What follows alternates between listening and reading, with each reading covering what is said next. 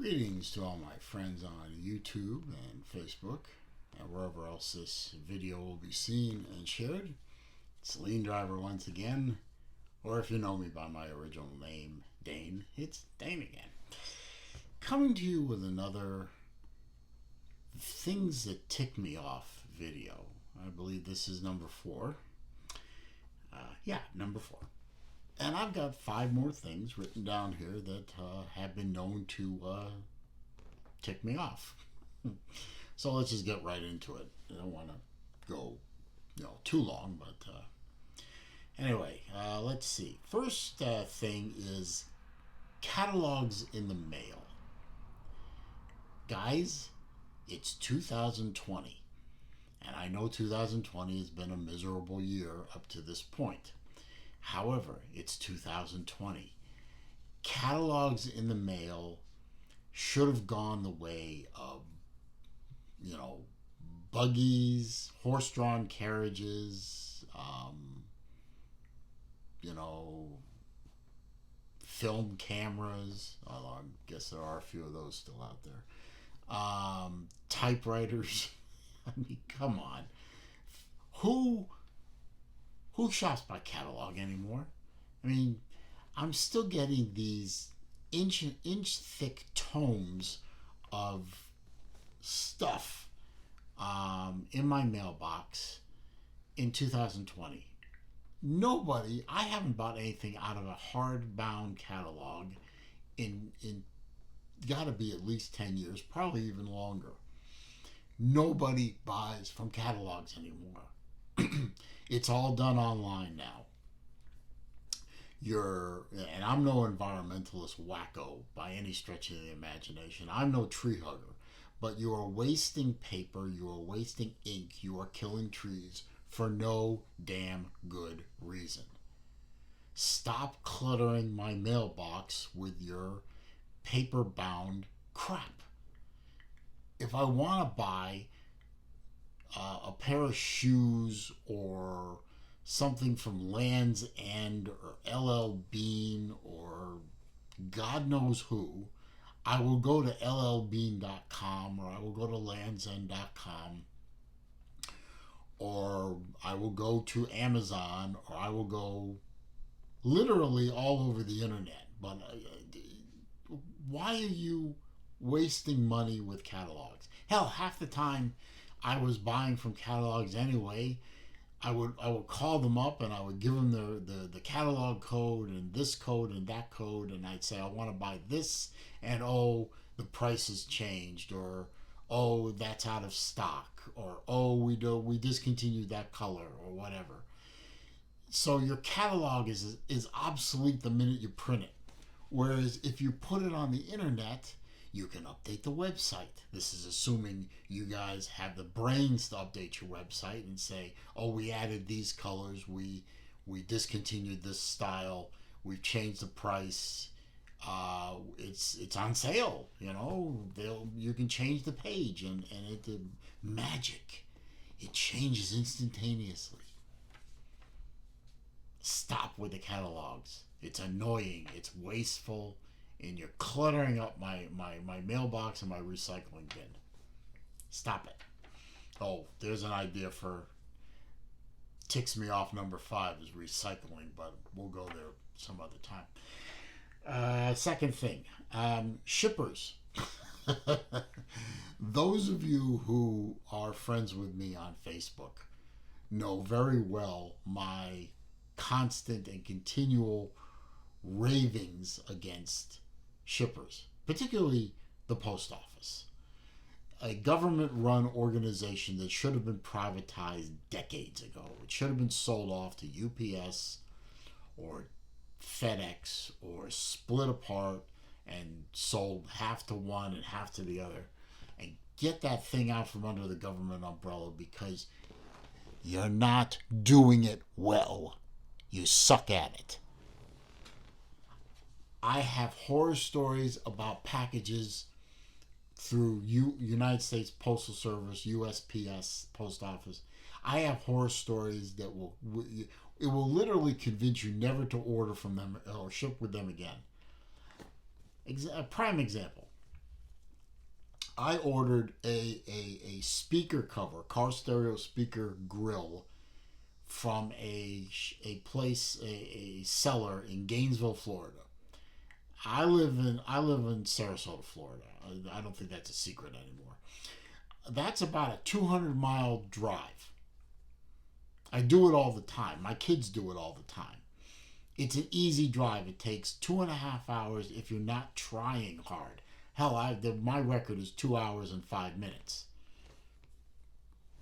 That was a long time ago. The statute of limitations has run out. That package took 10 days. It was a priority mail package. It went from Gainesville to Ocala to, for some reason, Daytona, and then hung out at Daytona Beach getting a suntan for God knows how long, and then finally ended up in Opelika, which is south and east of me, and then finally decided to meander its way up to Tampa, and then finally down to me in 10 days.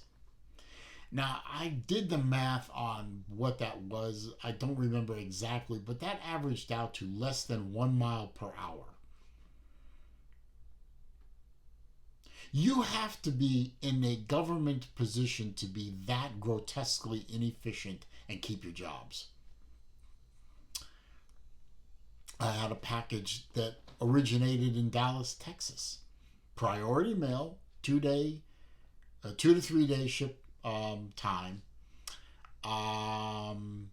3 weeks.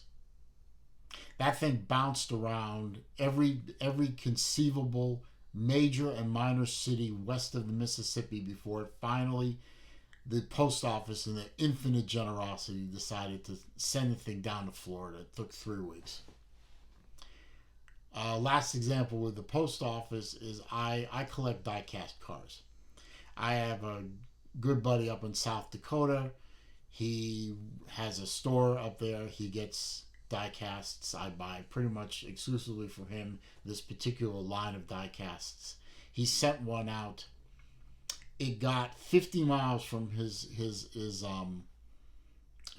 shop to a hub in the post office and disappeared from the face of the earth. Not even the post office could find it when I filed a complaint. He shipped another one. He shipped that one FedEx ground. It took 4 days and it got here. 8 weeks later, guess what showed up? Yep, the original car. In a box that looked like it had been dropped off of a 10-story building. Twice. But it showed up. And the car, surprisingly, was still intact. But it took 8 weeks to go from, I think it was Cedar Rapids, South Dakota hub to my house. And there were no tracking updates in between. It just went from from his star in somewhere in South Dakota to Cedar Rapids and disappeared. And then the next tracking update was Sarasota, Florida distribution unit in 8 weeks. Oh, and UPS and FedEx, don't think you're getting out of this one. I have wonderful stories about UPS. I remember the time that UPS was used to ship a radiator to me when I was living in an apartment complex. It took 3 tries to get a radiator to me that hadn't been punctured because UPS decided to play basketball with the first 2, and the third one had to be shipped FedEx. I mean, literally, the box had been punctured through the first 2 times. The first time, put a baseball-sized hole in the radiator. Brand new Fluidine radiator. All aluminum, beautiful piece. Baseball-sized hole, punched right through the box, right into the radiator. UPS said, whatever.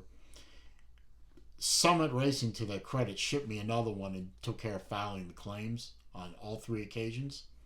The second time, there were no holes in the box, but somebody had decided to play basketball with it and dropped it, evidently, and broke one of the hose necks. Just cracked the damn thing into a 45-degree angle. You know, instead of it being like this, it was like this, and all the welds were destroyed. You know, So UPS, and I've had packages go, all over the place that were supposed to be straight shots. I've had packages that got all the way to Jacksonville and disappeared for 3 days in one case and a week in another case, and then finally got to my house. From Jacksonville to my house. Jacksonville to my house is a 3.5 hour drive. It took a week. No explanation, no apologies, nothing. Just dumped it in my front door. FedEx, you've actually done pretty well for yourself, but there were a couple of times that you shippers, you got no excuses now. Your logistics are decades old. You should have ironed out all the bugs by now. I remember just recently I ordered a watch. It originated in Singapore. Usually FedEx International is 3 days. The way the guy uses it, 3 days. It got to Tampa Friday morning, but it was not scheduled to be delivered until Monday morning next. And it arrived in Tampa at 6:45 in the morning. More than enough time to put it on a truck, get it to Bradenton, and then get it to me. And it just sat there. And when I called FedEx up and I said, why is this not moving? It only has to go 50 more miles and you're going to make me wait 3 days. He said, it's not scheduled to be delivered. You can't make an exception. It's in Tampa. It got to Tampa early. You can't make an exception and get it. No, it's in a crate. It's not scheduled to be delivered. We're not delivering. I mean, you got it all the way from Singapore to Tampa, Florida in great time, and now your customer service falls apart 50 miles from the finish line.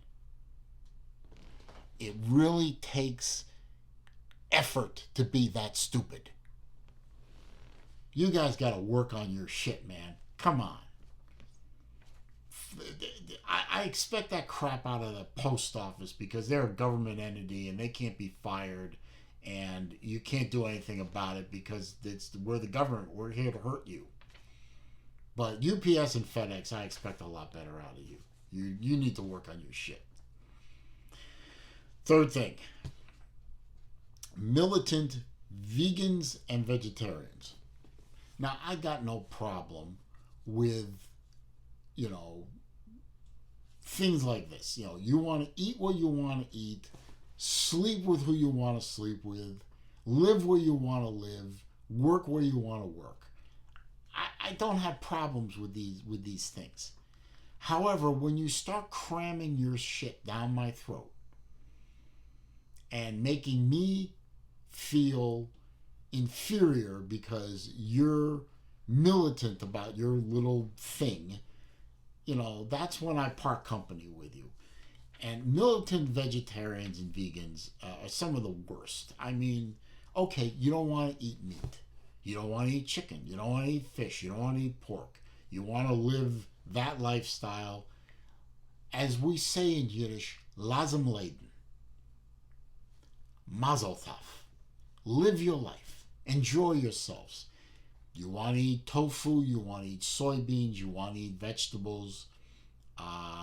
You want to, cheat a little and have the occasional piece of fish. That's wonderful. I'm happy that you've decided to live that way. However, if you're going to walk into a restaurant, and this has happened to me. I've been in restaurants where these people, you see the videos all the time where they walk in and they ask the host or hostess if they serve dog or something because dog is meat and meat is, nonsensical things like this. And then they start screaming at the top of their lungs, meat is murder, you're killing baby chickens because you're having eggs or whatever. I've seen this in person. I've witnessed this. I just look at them and laugh. You're disturbing people. You're making people angry for no goddamn good reason. You want to be that way? Wonderful. Leave me alone. I don't eat a lot of red meat anymore. I've just made a choice to do that. I don't even have a reason for that. I just don't eat. I like chicken. I eat a lot of chicken. I eat a lot of salmon, mostly because my daughter likes it, and she's living with me right now, and I don't want to die. Love you. I don't eat a lot of red meat, but I enjoy a good steak. And I don't want to be in a restaurant enjoying my steak, or I don't want to be in a grocery store buying my steak and have one of these militant loons come up to me and start screaming at the top of lungs about meat is murder. You see these things? You see the. I'm sorry, my teeth aren't the greatest. You see these things? Right here? They're called incisors. They're meant to tear into things, particularly meat things. We were built to eat meat. Meat is an excellent source of protein and iron. One of the things, and I'm not saying this to be critical, I'm saying that one of the things about vegetarians and vegans is they tend to have a high level of anemia because they're not getting enough iron in their diet. I choose to get iron in my diet from red meat or other forms of meat protein. That's my choice. Your choice is to do what you do. Leave me alone and I'll leave you alone. Number 4, telemarketers. 4. Yeah, 4. Telemarketers.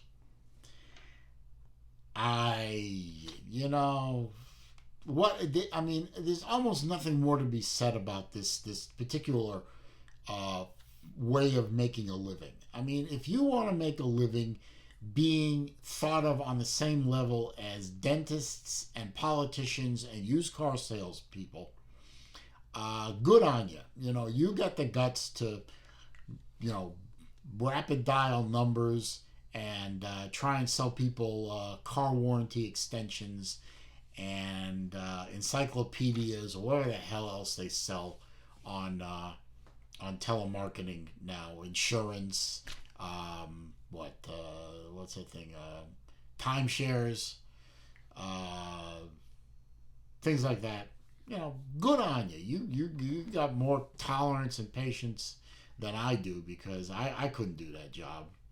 And I've been an inside sales rep where I've had to do outbound calling to other businesses in a business to business scenario, and that's not a lot of fun when you run into the gatekeeper, and the gatekeeper listens to your spiel for about 10 seconds and then slams the phone down. Well, that obviously just go on to the next one, but after a while it takes a toll on your soul. Hey, that rhymes. And from my end, from the call receiver's point of view now, I mean, this is just annoying. I mean, it's gotten to the point where I don't have a landline anymore. All I have is my cell phone. It's gotten to the point now where if I get a call coming in and it doesn't either caller ID to a name on my contact list, or it's a phone number that I don't recognize, declined. Yeah, that's why God invented voicemail.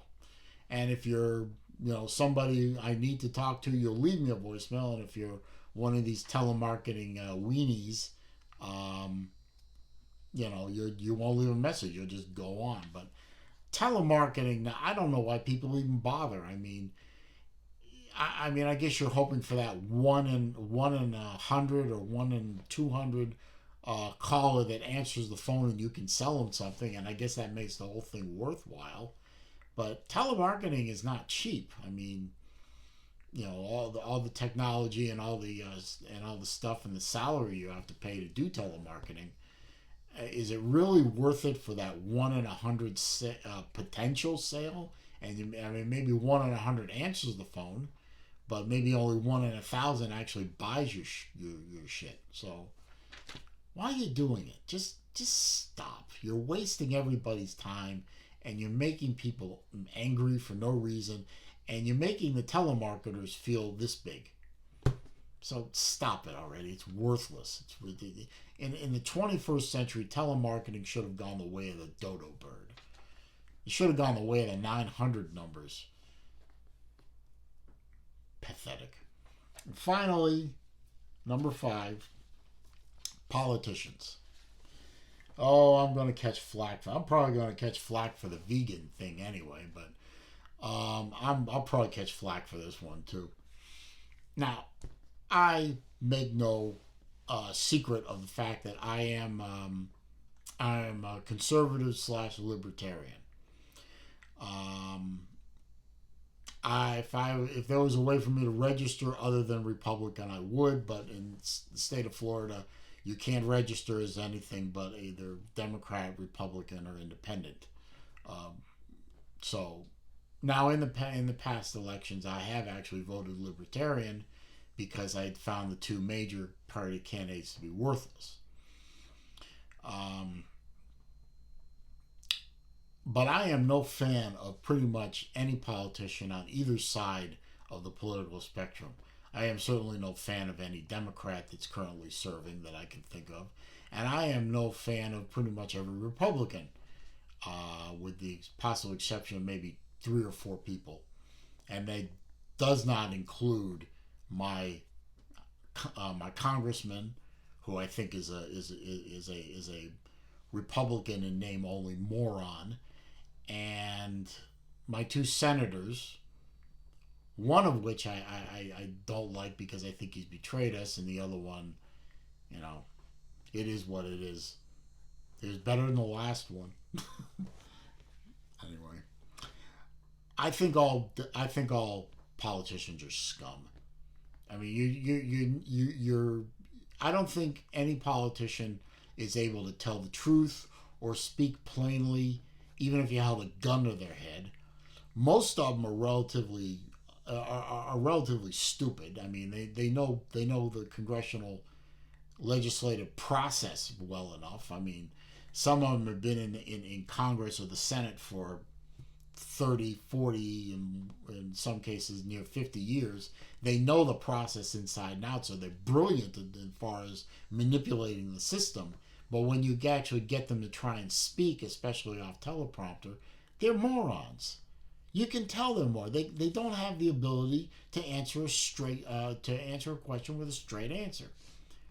You want a yes or no answer out of a politician, you'd have better luck trying to get Nancy Pelosi to support a tax cut. All these people do is take our money, enrich themselves with graft and corruption, which is beyond imagination. I mean, think about your average congressman who makes a salary of about $175,000 a year, and they're worth millions.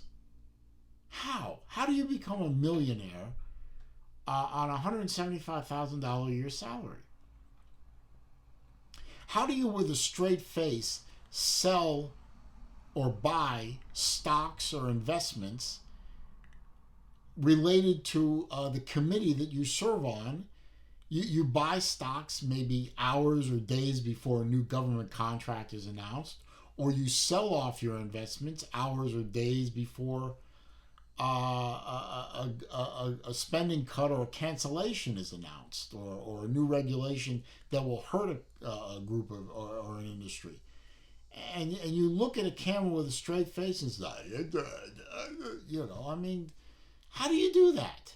How do you do that with a clear conscience? You people are scum. You're money-grabbing, glad-handing, lying, cheating, legalized thieves. And more than half of you couldn't pass a basic college entrance exam. Don't get me started on some of these ones that came in 2018. They're worthless. They don't. If brain power was measured in wattage, half these guys couldn't light a string of Christmas lights. They're worthless. There needs to be term limits on Congress. If there's a term limit on the president, who most of the presidents we've had in my lifetime have been horrid. The current guy is very entertaining, but I'm not a great fan of his. The last one was an absolute disaster. I think the only one that I have any respect for was Ronald Reagan. Everything before and after him has been a joke, a horror show, and in one or two cases, I don't know how the country survived it. I really don't. The founding fathers must have been divinely inspired to develop systems that survive people like what we've had as leaders, both in the executive and in the Congress. But there needs to be term limits in Congress. I think there needs to be term limits on the Supreme Court and on all the other courts. They get these people. I mean, you've got people that have been in Congress 30 and 40 and more years, and people on the Supreme Court that have been there 20 and 30 years and are old and infirm and can't think straight in all cases, and have so aggrandized themselves into their offices that you can't get rid of them, and they just use their offices to enrich themselves. And when they finally do decide to retire, or God forbid get voted out of office, they just go and become a lobbyist.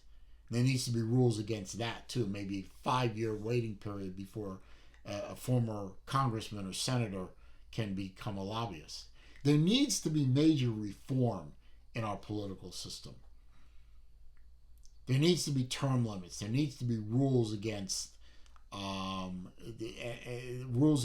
kinds of things that help enrich these people, and they need to be enforced. We have a two-tiered justice system in this. If you and I, as regular people, did things that some of these politicians and some ex-politicians did, we'd be in jail. We'd have our lives destroyed. We'd be broke, in debt, in jail for probably the good chunk of the rest of our lives. And when and if we got out, we'd be so destitute we couldn't survive. But these people do the same things. They destroy evidence, they lie, they cheat, they engage in insider trading. They do all kinds of illegal things that you and I know are illegal, and they get away with it. Do you think some of these guys are going to get charged in the current scandals that are running through our system right now? Nah. They'll never be charged. They'll go off and they'll write books, and they'll be invited on speaking tours, and they'll be hailed as heroes by their supporters. Never will they see the inside of a jail cell. Never will their incomes be touched. Never will they be fined and taken out of economic existence. It's terrible. It needs to stop. It just pisses me off to watch these people enrich themselves at our expense. Anyway, those are 5 more things that tick me off. It was all meant to be humor. Hopefully you took it as, you got a good chuckle out of a few points. I'm, serious about these things bothering me, but I hope I presented it, pardon me, in a humorous way. So if you like the video, I'd appreciate a thumbs up. That does help my channel. It makes it more searchable with the YouTube algorithms. Comments, questions, and suggestions down below. I read them all. I respond to them all. If you have other things that piss you off, put them there. Let me know. Let's find out what other people think. If you're new to the channel, and of course, welcome. Please click the subscribe button on the bottom there, and click the bell icon so when I upload new content, you are alerted. I hope you all are staying safe and being well, or is it being well and staying safe? Either way. And I hope you enjoyed this video. I think I'll do some more. I enjoy doing them. It's kind of cathartic. And I hope you found it cathartic and humorous. Have a good rest of the day.